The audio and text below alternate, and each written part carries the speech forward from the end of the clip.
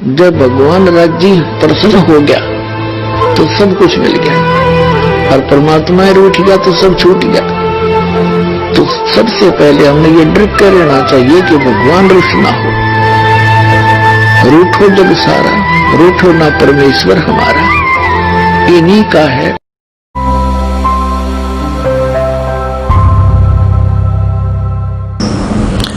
परमात्मा हमें क्या बताते हैं?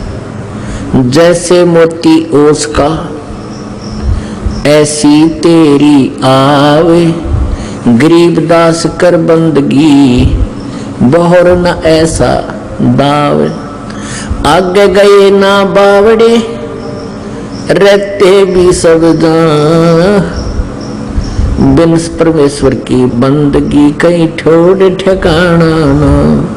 हमारे जो पहले पूर्वज थे वो चले गए, उन्होंने आकर के हमें कुछ नहीं बता पाए कि हम दुखी हैं या सुखी हैं, कहाँ गए, और शेष हैं ये भी चले जाएंगे। अब परमात्मा ने आकर बताया है कि बिन परमेश्वर की बंदगी की ठौर ठिकाना ना। जैसे आज आपके पास पूरी संपत्ति है, अच्छे संतान है, खूब बढ़िया सर्विस है, या कोई बिजनेस व्यवसाय है आपका, या कोई भी धंधा आप ठीक कर रहे हो, और पुण्यात्माओं एक सेकंड में मृत्यु हो जा, आपके कैसे हुए? ये आपके तो थे ही नहीं, आपका तो भूल लग गई थी। एक मेरे हैं, मेरे होते तो रहते यहाँ पर, हम जा नहीं सकते, नहीं जाते, कैसे छोड़ जाते अपनों को?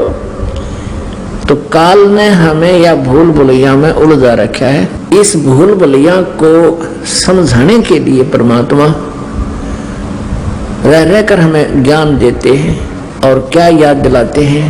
मन तो सुख के सागर बसरे भाई, और न ऐसा यसरे। परमात्मा कहते हैं तीन लोक का राज जय कोई जीव को देवे, तीन लोक का राज जय कोई जीव को दे, और लाख बधाई के कर जन नहीं नाम तेने। यदि इस व्यक्ति प्राणी, इस मनुष्य को, इस जीव को तीन लोक का राज्य भी दे दिया जाए तो कहते हैं लाख बधाई क्या कर रहा है? अगर परमात्मा की भक्ति नहीं है तो फिर जीव का जीव, अर्थात अपने पुण्यों को समाप्त करके तो फिर वही यही 84 लाख योनियों में सैर सपट्टे कर रहा हुआ, कि तो कुत्ता बन के, कि तो गधा बन के, या अन्य पशु पक्षियों की योनियों में। मन तो सुख के सागर बसरे भाई, और न ऐसा यसरे।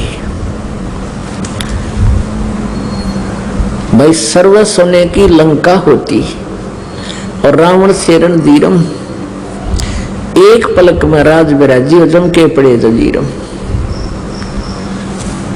परमात्मा में क्या याद दिलाते हैं कि इतना तो धनी तो हो भी नहीं सकता जितना तू प्रयत्न कर रहा है, और जितनी आपकी सोच है बगैर ज्ञान के कि इतना कोठी बना दूं, ऐसा बना लूं। सभी का प्रयत्न है मैं घना धनी हो जाऊं, और धनी उतना ही हो पाता है जितना वो सोचता, उससे कम ही रह जाता है, क्योंकि जैसा भी आपका प्रारब्ध में लिखा हुआ वही आपको मिल रहा है, और वही मिलेगा जब तक आप पूर्ण परमात्मा कबीर देव परम अक्षर ब्रह्म की शरण में इस दास के माध्यम से नहीं आओगे।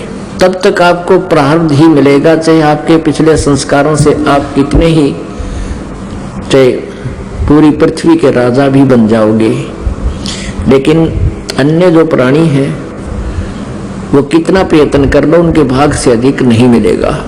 भाग्य से अधिक प्राप्त करने के लिए इधर उधर के हाथ पर मारोगे तो फिर आपके पाप कर्म बढ़ जाएंगे, और वो पैसा नहीं रहेगा।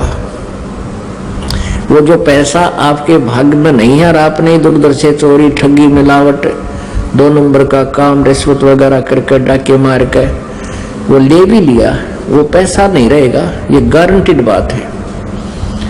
और वो पाप जो के तो रह जाएंगे जो उस पैसे को इकट्ठा करने में आपने किए, उनको भोगने के लिए आपके पास फिर बहुत ज्यादा कष्ट होगा।